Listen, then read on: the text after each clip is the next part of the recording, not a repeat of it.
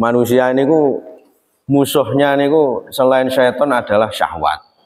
Dan Imam Al-Ghazali mengatakan bahwa inti dari syahwatnya manusia niku pertama jadi urusan perkara di atas pusar, di atas udel, yaitu apa? Urusan perut. Yang kedua urusan di atas di bawah pusar atau di bawah udel, yaitu apa? Ya kemaluan kita.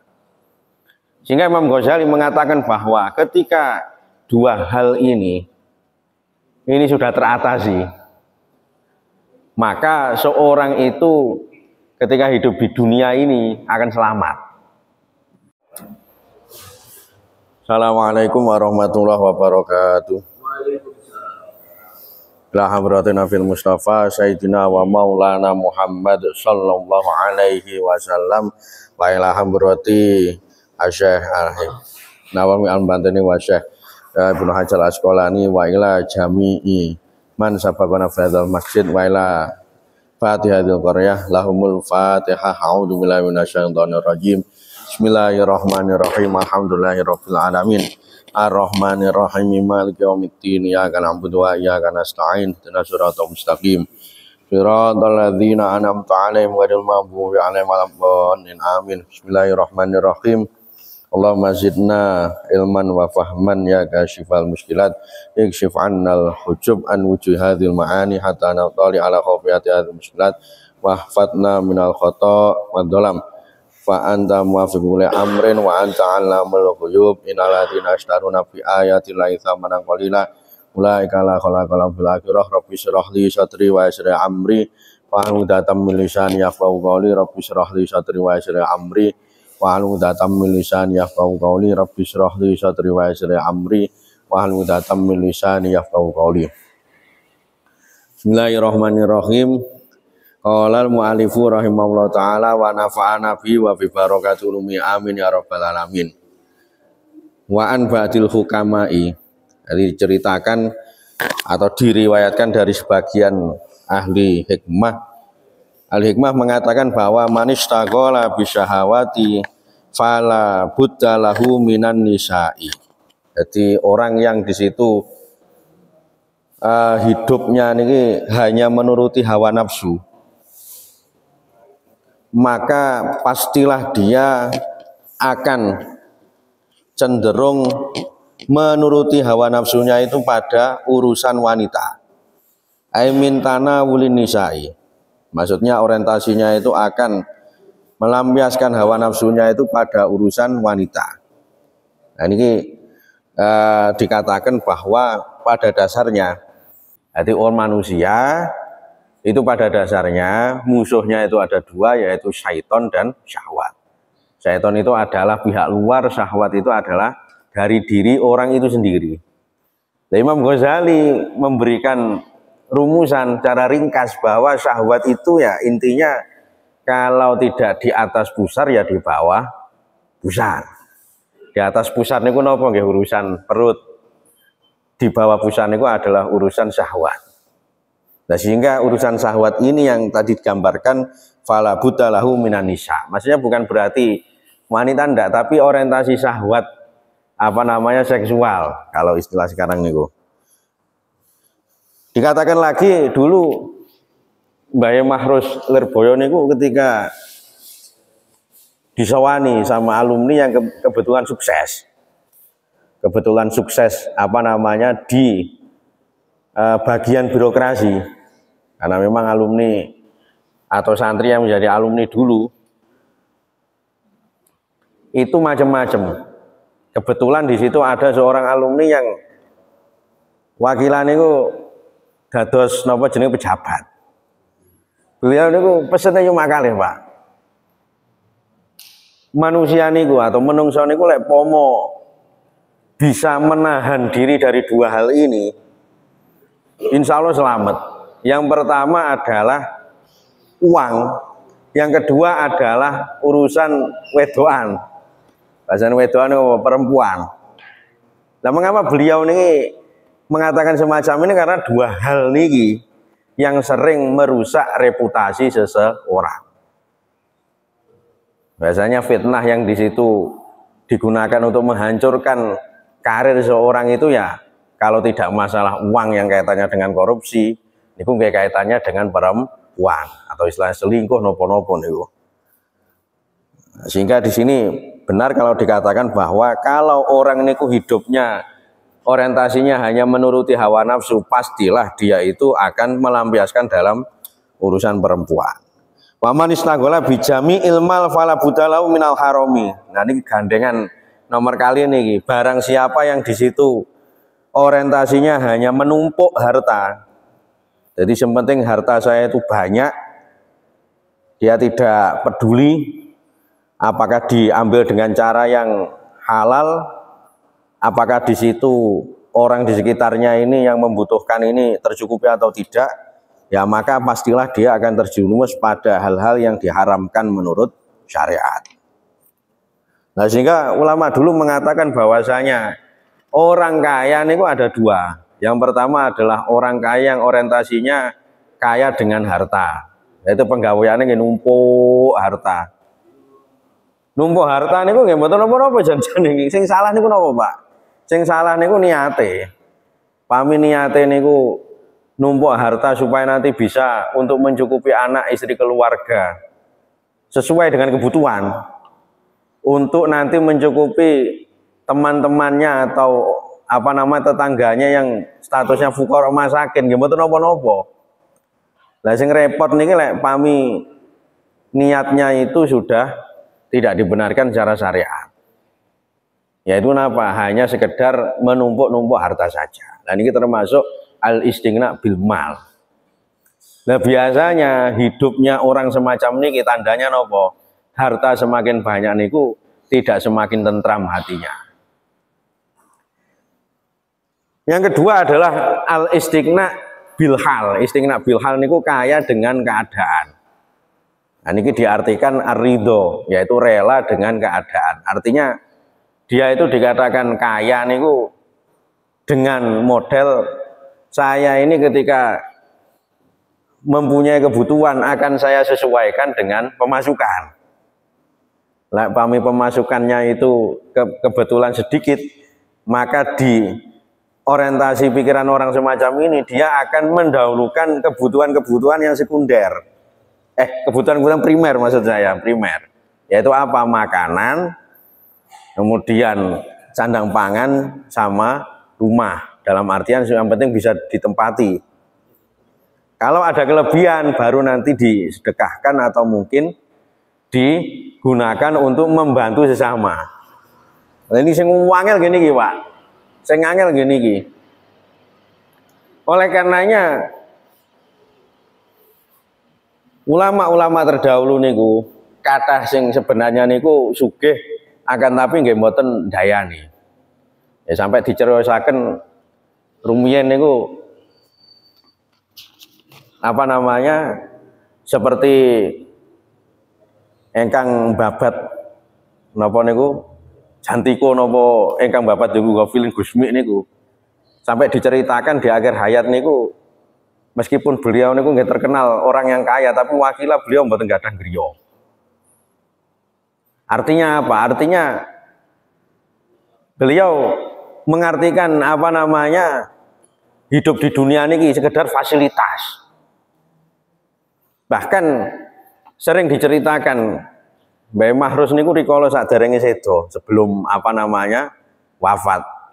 Beliau niki mengatakan bahwa harta yang beliau bawa niki adalah milik dari istrinya atau milik dari keluarganya. Dan ini tujuannya apa? Tujuannya nanti ketika di akhirat niku ketika dihisap meskipun membawa harta banyak, tapi dutekku kok iki. Tapi kitake napa jenenge? Keluarga saya. Sehingga nanti orang itu akan tidak dihisap sebab harta yang dimiliki. Jadi beliau mengatakan bahwa harta niku nggih fasilitas. Artinya sementara kita ini yang memakai, tapi besok ketika sudah wafat niku akan digantikan posisi kita oleh ahli waris. Nah niku tipe orang yang di situ al-istighna bil hal. Meskipun harta itu banyak di tangan, tapi tidak ada yang masuk sama sekali di dalam hati. Artinya seperti yang dikatakan di ulama dulu bahwa bondo niku yang penting niku nggih teng tangan mawon ampun mlebet teng ati. Maksudnya ampun mlebet teng ati napa?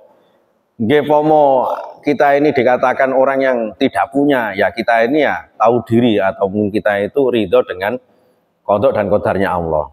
Dan ketika kita itu kebetulan mendapatkan harta yang banyak, ya kita tidak akan hidup hedon atau hidup apa namanya foya. Jadi semacam niku. Wa man istaghala bimana fil muslimin fala budalau minal mudharati. Hati barang siapa yang di situ menyibukkan diri untuk memberikan manfaat kepada orang muslim, maka pastilah dia itu akan lemah lembut di dalam ungkapan dan pekerjaannya. Jadi tiang niku lek ayane niku pun kathah, Pak. Dalam artian urusannya itu sudah dalam bidang keumatan atau memberikan manfaat kepada sesama, niku akan berpikir-pikir untuk bertindak laku kasar. Nah ini mulane kenapa seperti di Indonesia niki tiang niku omong-omongan elek, terus napa jenenge nglakoni penggawean elek niki gampang keteo, gampang ketiten. Ya karena kebetulan di negara kita niku tidak biasa nanti dengan mengkasari seorang itu tidak biasa. Malah kadang ketika ada orang niku negesi tapi dengan cara yang kasar itu malah salah. Padahal dia itu benar sebenarnya. Nah ini pentingnya bahwa mengungkapkan kebaikan itu tidak cukup hanya dengan sekedar memakai cara apa saja, enggak, tapi di situ harus dengan mempertimbangkan dengan cara-cara yang baik.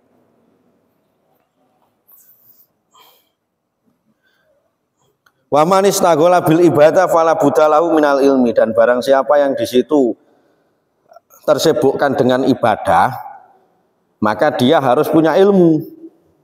Karena apa? Karena ibadah itu tidak akan sah tanpa adanya ilmu. Nah, sehingga para ulama mengatakan bahwa standar ilmu agama yang wajib dipelajari yang pertama adalah keyakinan, yang kedua adalah syariat, dan yang ketiga adalah tasawuf. Kalau nanti orang mempunyai 3 ilmu niki dan diamalkan, insya Allah cekap. Ilmu nggak usah dudur, Pak. Yang penting tata cara wudhu kita bagaimana, tata cara sholat kita bagaimana, tata cara napa jenenge ketika kita wajib haji atau sudah waktunya zakat ini bagaimana. Ini kemauan cekap. Kalau ini urusannya untuk kebutuhan beragama orang-orang, ini cekap nih. Nah sehingga ulama-ulama dahulu di dalam apa namanya memberikan mauidhah nasihat niku rata-rata ingkang dikawiti niku napa urusan-urusan keyakinan, napa urusan-urusan fikih atau syariat, dan urusan-urusan tasawuf. Ya saya contohkan nggih Wali Songo niku. Beliau ketika tahu bahwasanya orang Jawa niku kok mboten fasih di dalam bahasa Arab, mboten saged ngomong di dalam bahasa Arab. Ya beliau ini dalam apa namanya memperjuangkan syariat ini dengan cara yang sehalus mungkin. Saya contohkan. Nah ini kalau dalam kitab fikih, orang berkhutbah niku harus pakai bahasa Arab Pak jane, Pak. Karena apa? Karena khutbah niku sesuatu yang menjadi syarat dari sahnya Jumat. Ini khutbah Jumat yang saya maksud. Sholat Jumat niku mboten sah apa namanya khutbah pakai selain bahasa Arab. Ini pendapat yang kuat. Tapi ada salah satu pendapat yang mengatakan bahwasanya yang penting rukun khutbahnya itu niku bahasa Arab. Salintun niku pamin damel terjemah terserah. Nah, pendapat yang kedua ini yang dipakai. Bahwa rikala tiang-tiang niku pomo diwai khutbah bahasa Arab niku nggih mboten nutut mestinya. Karena orang itu ya enggak semuanya itu paham bahasa Arab. Akhirnya dipakailah solusi nggih niku pakai terjemah. Ini menurut pendapat yang kedua niku mboten napa-napa, tidak apa-apa.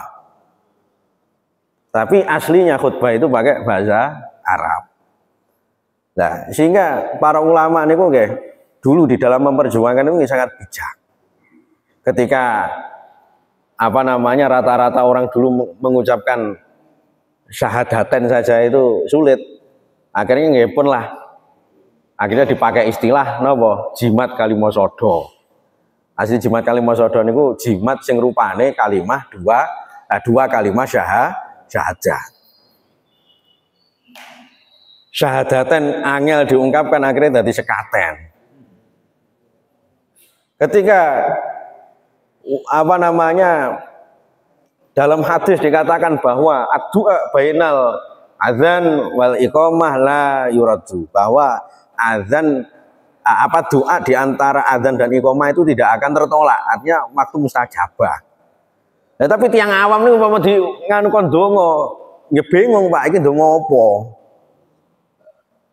Karena apa? Karena tidak ada penjelasan secara perinci dalam hadis. Akhirnya ulama-ulama dulu mewujudkan dalam bentuk pujian.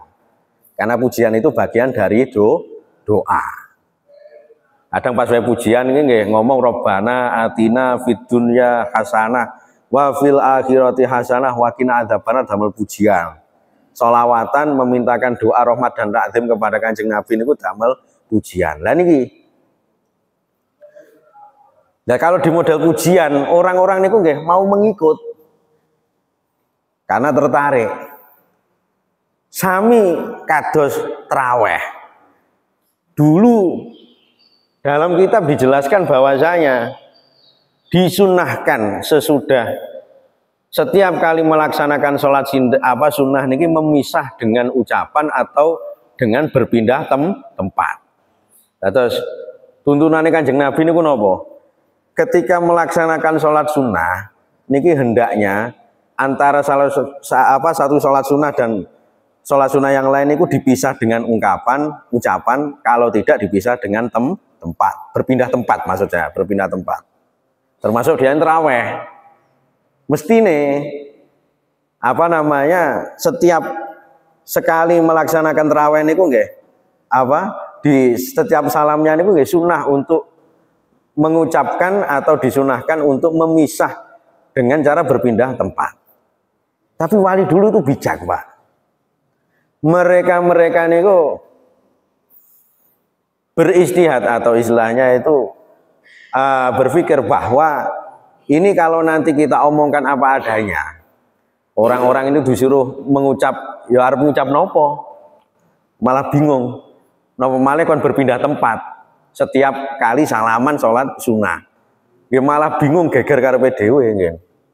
Nah akhirnya mereka itu membuat sebuah ijtihad atau kreasi bahwa setiap kali melaksanakan sholat raweh, setiap kali salaman ini biasanya ada ungkapan ya niku al-khalifatul ula Abu Bakar As-Siddiq radhiyallahu anhu, itu adalah ucapan.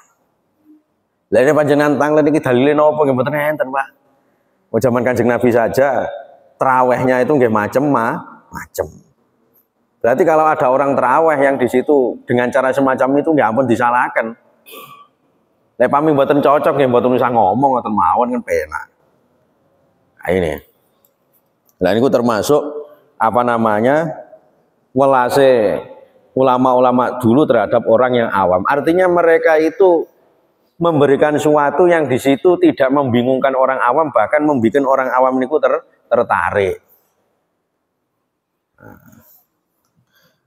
Wa an aliyin radhiyallahu anhu inna ashabal a'mali arba'u hisolin. Diriwayatkan dari Sayyidina Ali, beliau mengatakan bahwa amal yang paling berat itu adalah 4 hal. Jadi konon 4 hal ini kalau bisa diamalkan seorang itu bisa naik derajatnya. Yang pertama al-afu indal ghadab. Jadi dia itu mau memaafkan meskipun dalam keadaan mampu untuk membalas. Nah, ini yang paling angel gini iki. Orang niku wataknya ketika dia itu disakiti dan dia mampu untuk membalas, mesti dia itu akan meluapkan emosinya dengan cara membalas sesuai dengan perilaku yang dia dapat. Lah niki nggih secara fikih ya sah-sah saja. Tapi secara dimensi tasawuf ya orang itu malah gak enak bedane kali kewan. Kewan itu pami diantem, kerek diantem niku mesti jenggong, Mbak. Kucing niku lek pami diantem nggih mesti dekne niku bengak-bengok, meong-meong. Lah manusia ketika diperlakukan dengan hal yang tidak mengenakkan, kok di situ dia masih membalas. Nggih mboten napa-napa, tapi nggih mboten enten bedane kalih sing mboten gadah akal. Sehingga Kanjeng Nabi mengatakan bahwa Sayyidina Ali mengatakan bahwa ada amal yang di situ paling berat, dan amal niki pami dilakoni niki saged menaikkan derajat, yaitu apa? Al-afu indal ghadab. Bahkan di sini dikatakan oleh Kanjeng Nabi bahwa ruwiya annahu sallallahu alaihi wasallam qala man kaffa ghadabahu wa basata ridahu wa badzala ma'rufahu wa wasala rahimahu wa adda amanatahu adkhalahullahu azza wa jalla yaumal qiyamati fi nuril azam. Jadi barang siapa yang di situ mampu menahan emosinya, dia menampakkan keridoannya, dan dia itu mau melakukan kebaikan pada siapapun, dan dia mau menyambung sanak keluarga, meskipun sanak keluarga niku aslinya nggih mboten ngreken. Dhek gak tahu dilenceri, tapi dhek sik gelem nglenceri wong-wong sing gak gelem ngakoni dhek dulur. Dan dia itu mampu menjaga amanah. Jadi titipi nopo niku nggih pun tidak akan diutek-utek. Nanti akan dikembalikan ketika diminta oleh si yang punya. Maka orang semacam ini akan mendapatkan nur atau hidayah dari Allah di hari kiamat nanti. Yang kedua adalah waljudi fil usrati, yaitu dermawan di saat melarat. Nah ini wangel Pak, wangel. Jadi dermawan di saat melarat niku angel ra karuan. Karena dia itu dalam keadaan memenuhi kebutuhannya saja tidak mampu, memenuhi kebutuhan keluarganya saja tidak mampu, tapi dia niku masih mau untuk berbagi kepada sesama. Nah, mulai dikatakan ini adalah ashabul amal, jadi amal yang paling abot. Wal ifatu fil khalwati, menjaga hal-hal yang diharamkan di saat kesendirian, di saat tidak bersama orang-orang sekitar. Sehingga dikatakan fal afif man yubashirul umur ala wifqi syar'i wal muru'ah.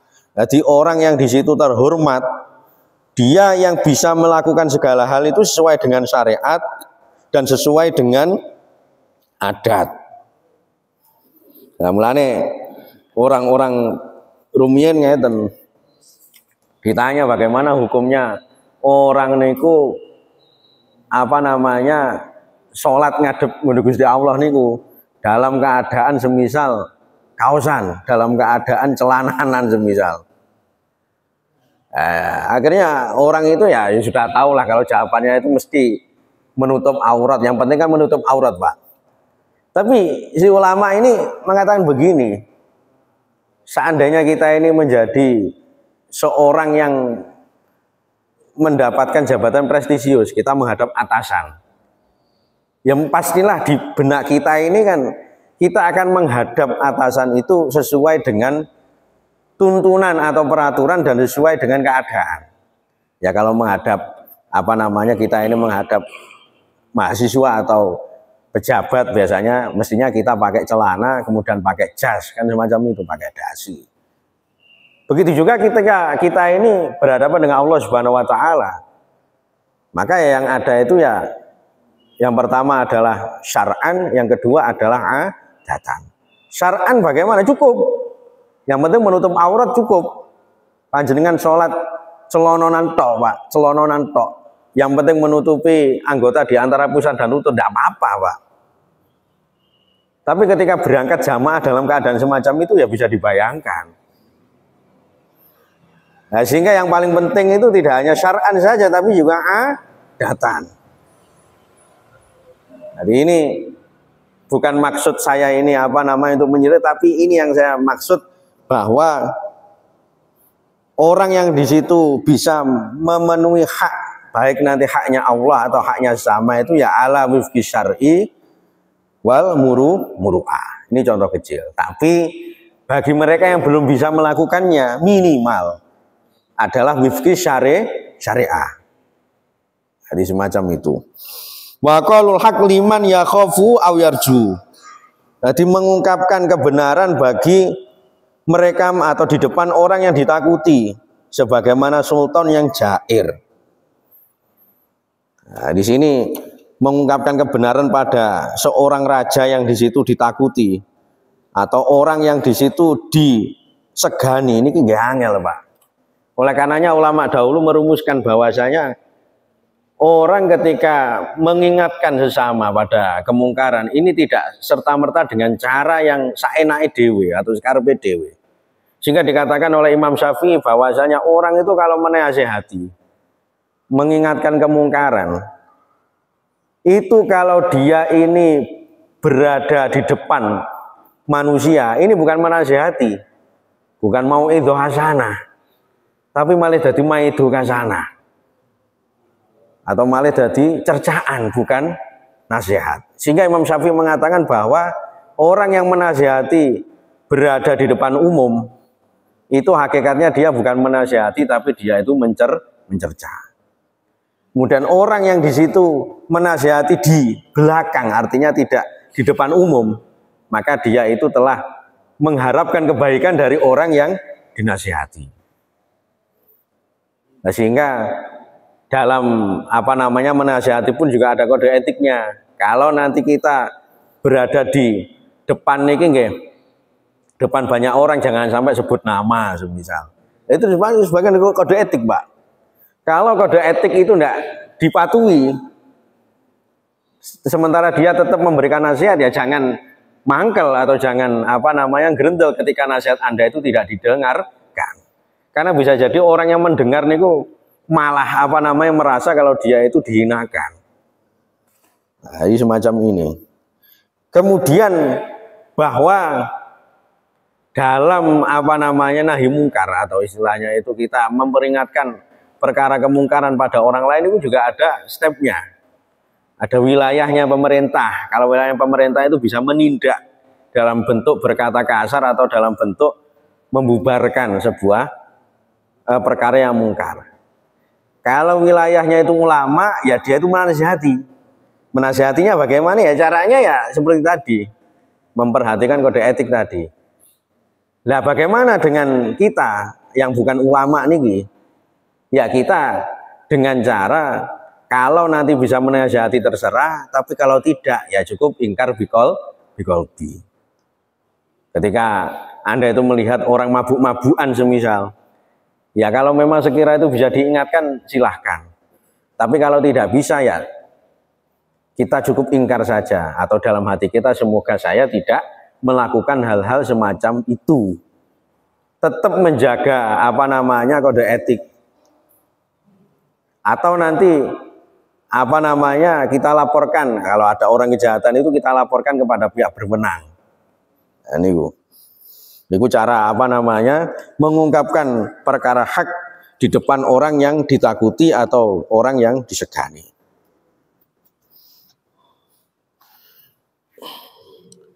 Wa fi Zaburi auhallahu ta'ala ila Daud alaihissalam annal akil hakim la yakhlu min arba'ati sa'atin.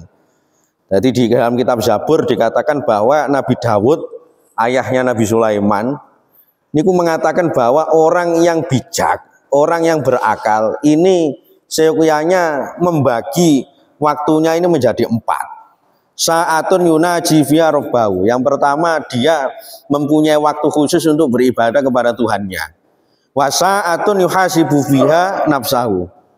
Ada waktu untuk introspeksi terhadap apa yang dia lakukan. Wa sa'atun yamshi fiha ila ikhwanil ladzina yukhbirunahu biuyubi. Ada satu masa atau satu waktu dia ini berjalan kepada temannya untuk memenuhi hak-hak temannya. Wa sa'atun fiha yukhalli baina nafsi wa baina ladzati al halal. Kemudian satu waktu dia ini untuk menghibur diri dengan cara-cara yang halal. Artinya Nabi Daud ini mengajarkan kepada kita bahwa manusia niku nggih istilahnya harus pandai membagi waktu. Jadi sebelum ada istilah manajemen waktu, nabi-nabi terdahulu sebenarnya sudah mencontohkan bagaimana cara membagi waktu yang baik dan benar. Karena manusia niku semuanya waktunya sama, tapi tergantung cara memilah dan memilihnya. Kalau dia itu memprioritaskan pada hal yang tidak bermanfaat, ya maka dia itu tidak akan merasa cukup dengan waktu yang dipakai. Sehingga yang terjadi apa? Orang itu kadang menunda-nunda kewajiban, tidak segera melakukannya, atau bahkan dia itu menyia-nyiakan tugas. Nah, ini yang sangat dihindari oleh orang-orang terdahulu. Sehingga seberapa besar kesuksesan seorang itu akan ditentukan itu akan ditentukan dengan bagaimana cara dia itu membagi waktunya dengan baik dan benar. Sehingga dikatakan terakhir, nafsaka ilam tusgilhu syagolatka, bahwa hati-hati dengan nafsumu. Kalau kamu tidak menyibukkan diri kamu dengan hal-hal yang bermanfaat, maka nafsumu akan menyibukkan dirimu dengan hal-hal yang tidak bermanfaat. Semoga saja kita diberikan pertolongan oleh Allah Subhanahu wa taala sehingga kita ini bisa membagi waktu dengan baik dan benar dan bisa melakukan hal yang bermanfaat. Wallahu muwaffiq ila aqwamit thoriq. Assalamualaikum warahmatullahi wabarakatuh.